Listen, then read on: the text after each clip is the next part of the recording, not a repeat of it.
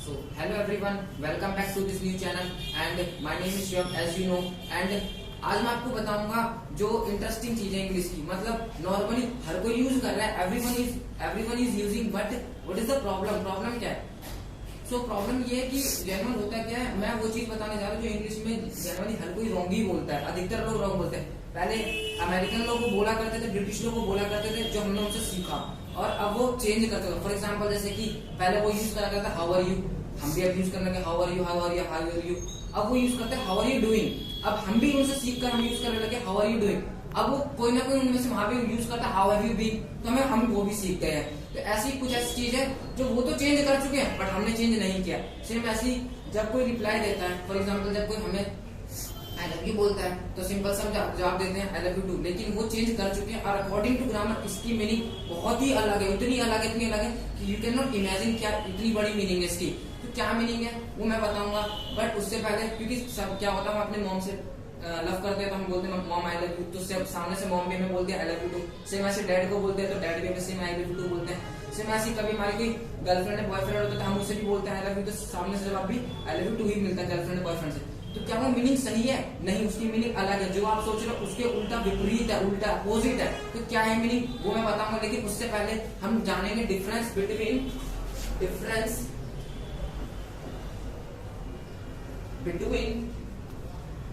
Also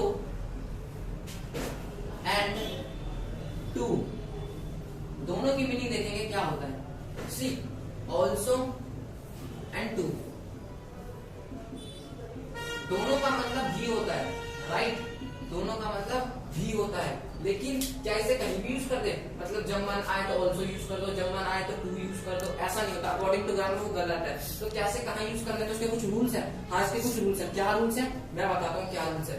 सबसे पहले मैं कुछ सवाल पूछूंगा, जैसे कि मैं जाऊंगा, आपको अच्छी तरीके से इंग्लिश आती है, यू कैन से, मैं जाऊंगा कोई इंग्लिश में बोलेंगे I will also go, I will also go, मतलब मैं भी जाऊंगा।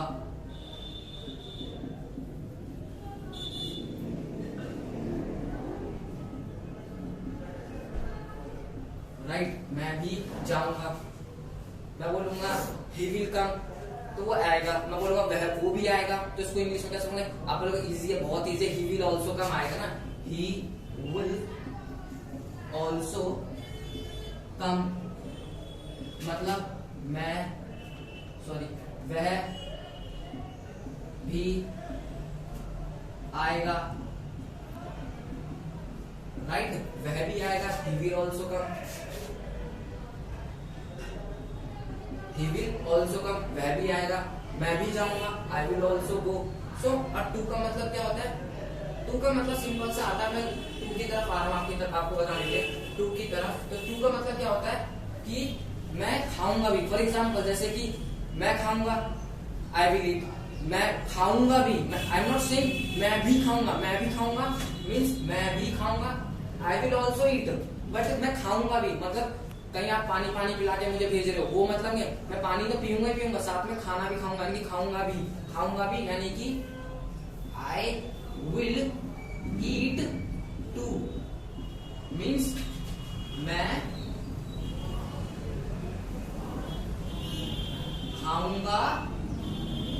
खाऊंगा भी।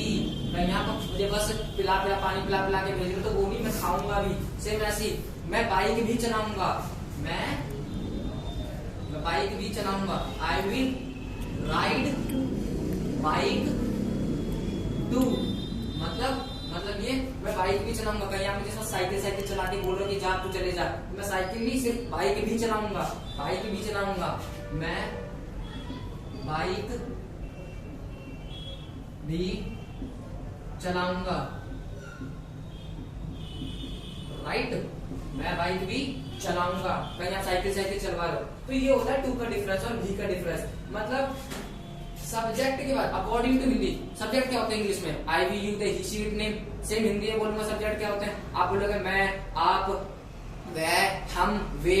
लड़की के लिए वह हिंदी में, और इंग्लिश में भी मैं लड़के के लिए भी वही होता है। तो ये सारे क्या होते हैं? सब्जेक्ट होते हैं हिंदी में। मैं, आप, तुम्हारा, आपको, हम, वे, क्या होते हैं? सब्जेक्ट होते हैं। तो इनके बाद अगर भी आए तो ऑल्सो लगेगा। इनके बाद मैं, तुम, तुम्हारा, आपसे, इनके बाद अगर भी आए तो ऑल्सो लगेगा। ऑब्जेक्ट के बाद आए, देखो ऑब्जेक्ट के बाद भी आए, ऑब्जेक्ट के बाद भी आए, ऑब्जेक्ट है बाइक, उसके बाद भी आ रहा है तो टू लगेगा। ऑब्जेक्ट है बाइक, बाइक क्या होता है? ऑब्जेक्ट होता है, और उसके बाद अगर भी आ रहा है तो टू लगेगा। सेम बोलूंगा, मतलब कि किसी के बाद भी आए, बस सब्जेक्ट के बाद नहीं आना चाहिए। सिंपल सा रूल याद रखो, अगर सब्जेक्ट के बाद भी आ रहा है तो ऑल्सो लगेगा, कंफर्म है 100% अकॉर्डिंग टू ग्रामर। लेकिन अगर सब्जेक्ट के बाद नहीं आ रहा, भले वो ऑब्जेक्ट के बाद आए, मीन्स कहने का मतलब ऑब्जेक्ट के बाद भी आए, सब्जेक्ट को छोड़कर किसी के बाद भी आए, सब्जेक्ट को छोड़कर किसी के बाद भी आए तो फिर टू लगेगा। और सब्जेक्ट के बाद भी आ रहा है, मैं क्या है? सब्जेक्ट है, आई क्या है? सब्जेक्ट है, उसके बाद भी आए तो ऑल्सो लगेगा। ही क्या है? सब्जेक्ट है, ही को इंग्लिश में, हिंदी में क्या बोलते हैं? वह भी सब्जेक्ट है, इसके बाद हिंदी में भी आ रहा है यानी कि ऑल्सो लगेगा। हमें हिंदी के बारे में फोकस करना है। हिंदी में देखेंगे क्या इस सब्जेक्ट के बाद भी आ रहा है, अगर आ रहा है तो ऑल्सो लगेगा। सब्जेक्ट के बाद भी आ रहा है, हाँ आ रहा है तो ऑल्सो लगेगा। सब्जेक्ट के बाद भी आ रहा है, हाँ आ रहा है, ऑल्सो लगेगा।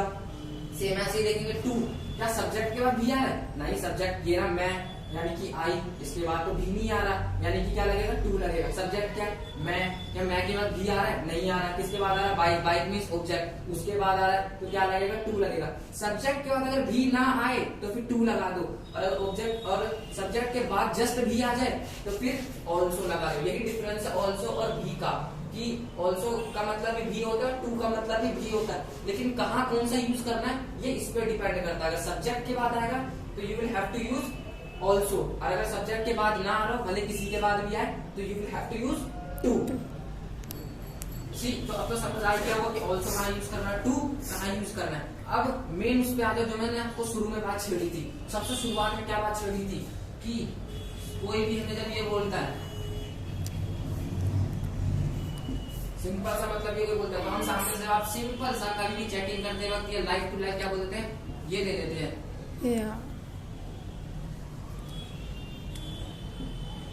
राइट? यही तो बोलते हैं, सामने से आप क्या दे देते हैं? ये दे देते हैं।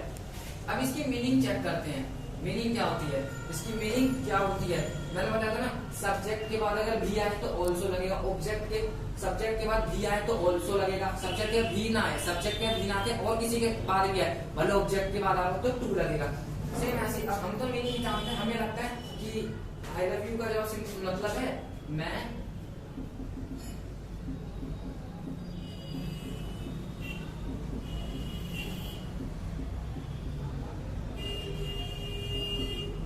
सिंपल से ये मतलब आ रहा है मैं आपसे प्यार करता हूँ, लेकिन हम इसका मतलब क्या सोच लेते हैं? हम इसका मतलब ये सोच लेते हैं कि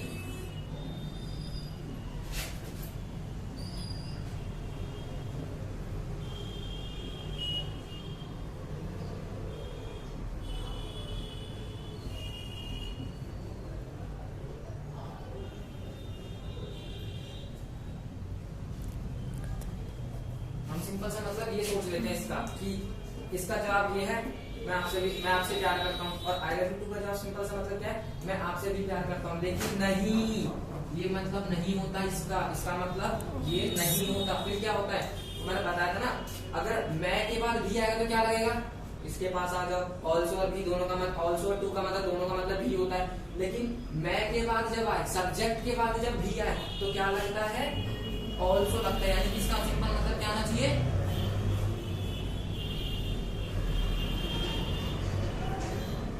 ये मतलब होगा इसका मतलब क्या होगा? ये होगा इसका मतलब। सिंपल सी मतलब क्या होगा? ये वाला मतलब है इसका। यानी कि मैंने बोला था ना, सब्जेक्ट के बाद भी आए तो ऑल्सो लगता है, सब्जेक्ट के बाद भी आएगा तो क्या लगेगा? ऑल्सो। सब्जेक्ट है, हाँ, इसके बाद क्या है? भी। तो कौन सा लगना चाहिए? ये लगना चाहिए। दुनिया लेकिन ये नहीं बोलती, लेकिन ग्रामर के अकॉर्डिंग यही सही है, ये गलत है। अकॉर्डिंग टू ग्रामर यही सही है और ये गलत है। क्यों? क्योंकि मैं के बाद भी आ रहा, मैं के बाद भी मैंने जस्ट अभी आपको समझाया था, मैं के बाद भी आएगा तो ऑल्सो लगेगा, ना कि टू लगेगा। तो ये सही है, अकॉर्डिंग टू ग्रामर यही सही है और यही माना जाए। अब इसे यूज किया जा रहा है, लेकिन आप देखो बॉलीवुड वगैरह में या सीरियल्स में, टीवी में इसे यूज ना करके इसे यूज करते हैं, because they don't focus on grammar. वो फोकस ग्रामर पे फोकस नहीं करते, they just focus on speaking, speaking में फोकस करते हैं। तो होता क्या मतलब कि ये वाला ही करेक्ट है, क्योंकि मैं के बाद भी आ रहा, जैसे कि मैंने आपको समझाया था, अगर सब्जेक्ट के बाद अकॉर्डिंग टू हिंदी में भी अगर देख लो सब्जेक्ट के बाद भी आ रहा हो तो फिर कहाँ लगेगा? ऑल्सो लगेगा। क्या लगेगा? ऑल्सो लगेगा। लेकिन फिर टू का मतलब, इसका मतलब हुआ क्या? अगर ये वाला मीनिंग इसका मतलब है, ये वाला मीनिंग इसका मतलब, इसका मतलब क्या हुआ? तो मैं सिंपल से बता रहा हूँ, इसका मतलब हुआ कि देखो, अब आप ही कर लो ना, मैं भी बताऊँ, आप ही कर लो। मैंने क्या बोला था? सब्जेक्ट के बाद आएगा तो ये लगेगा, सब्जेक्ट के बाद आएगा तो ये लगेगा, और सब्जेक्ट के अलावा किसी और के बाद है, यानी कि ऑब्जेक्ट के बाद आए तो टू लगेगा, ऑब्जेक्ट के बाद आए तो टू लगेगा। ऑब्जेक्ट का क्या है? भी है, भी आए, ऑब्जेक्ट का भी आएगा तो ये लगेगा। अब सिंपल से आप मीनिंग कर लो ना, ऑब्जेक्ट का भी लगाओ। ऑब्जेक्ट क्या है इसमें से? क्या आई ऑब्जेक्ट है? नहीं, ये तो सब्जेक्ट है। क्या ये? अरे ये तो एक्शन है, यानी कि वर्ब है। और ये क्या है? यही तो ऑब्जेक्ट है। तो इसके बाद भी लगाओ हिंदी में, इसके बाद भी लगाओ। हाँ, इसकी मीनिंग करने के लिए, हाँ इसकी मीनिंग करने के लिए इसके बाद भी लगाना है, इसके बाद भी लगाओ। मैं आपसे, आप यार आपसे, यानी कि ये आगे ऑब्जेक्ट हो गया, भी याद रखना। अब इसके बाद जस्ट भी लगा दो, मैं आपसे भी प्यार करता हूँ। इट मींस मैं आपसे भी प्यार करता हूँ, इसका मतलब ये हुआ। तो मैं आपसे भी का मतलब क्या? आप 2-3 लोगों से प्यार करते हो। अगर भाई साहब कोई किसी लड़की ने आपसे कहा आई लव यू और आपने सामने से जवाब दे दिया ना आई लव यू, और उसे मीनिंग इंग्लिश अच्छी तरीके से आती होगी, तो धैर्य चप्पल उतार के धैर्य जूती मारेगी। पहले जा इंग्लिश सीख कर आता, मुझसे बात करियो, क्योंकि तेरे को तो इंग्लिश ही नहीं आती। इसकी मीनिंग क्या होगी? इसकी मीनिंग हो है आपसे भी प्यार करते हैं। आपसे भी मतलब क्या है? सिंपल सा मतलब आपसे भी, यानी कि वो 2-3 लोगों से प्यार करते, 3-4 लोगों से। मैंने धोखा दे रहा है मेरे को, इसलिए करेक्ट इंग्लिश यूज करना सीखे। आई ऑल्सो लव यू होगा, ना कि आई लव यू टू होगा। ये गलत है, क्योंकि इसका मतलब सिंपल सा आ रहा है कि मैं आपसे ही प्यार करती हूँ। मैं लिख के एक बार दोबारा दे देता हूँ। इसका मतलब क्या आ रहा है? मैं, देखो मैं करके दिखा देता हूँ ना, मैं टू आ रहा है, यानी कि ऑब्जेक्ट के बाद भी बोलना। ऑब्जेक्ट क्या है इसमें? यू है ऑब्जेक्ट। तो मैं आपसे अब इसके जस्ट बाद भी लगा दो, भी लगा दिया, और फिर वही तो इसकी मीनिंग क्या है? प्यार, लव की मीनिंग है प्यार और है, यानी कि हूँ। और इसकी मीनिंग क्या लगी? मैं ऑल्सो आ रहा है, यानी कि मैं के बाद भी लगाऊं, मैं भी आपसे प्यार करता हूँ। तो ये सही है अकॉर्डिंग टू ग्रामर, और ये गलत है, क्योंकि देखो ना मैंने बताया था कि टू कब आएगा, यानी कि ऑब्जेक्ट के बाद जब भी आए। और इसमें से ऑब्जेक्ट कौन सा है? तो यही वाला तो ऑब्जेक्ट है, यही वाला तो ऑब्जेक्ट है, राइट? तो यही वाला ऑब्जेक्ट, ये वाला ऑब्जेक्ट है, ये रहा ऑब्जेक्ट, यू ऑब्जेक्ट है, ये तो सब्जेक्ट है, ये क्या वर्ब है, और ये ऑब्जेक्ट है। सेम ऐसे ये सब्जेक्ट है, ये वर्ब है, और ये ऑब्जेक्ट है। तो ऑब्जेक्ट के बाद भी लगाते हैं टू में। इन हिंदी, जब हिंदी हम बोलते वक्त, हिंदी बोलते वक्त यू के बाद, यानी यू मतलब ऑब्जेक्ट है, ऑब्जेक्ट के बाद ही भी लगाते हैं। तो इसकी हिंदी करनी है, हमने हिंदी करनी, यानी कि मैं अब हिंदी क्या है? यू का मतलब क्या है? आपसे। यहाँ पे क्या है? यू ऑब्जेक्ट है, इसके बाद ही भी लगाओ, भी प्यार, और फिर यहाँ पे आ जाएगा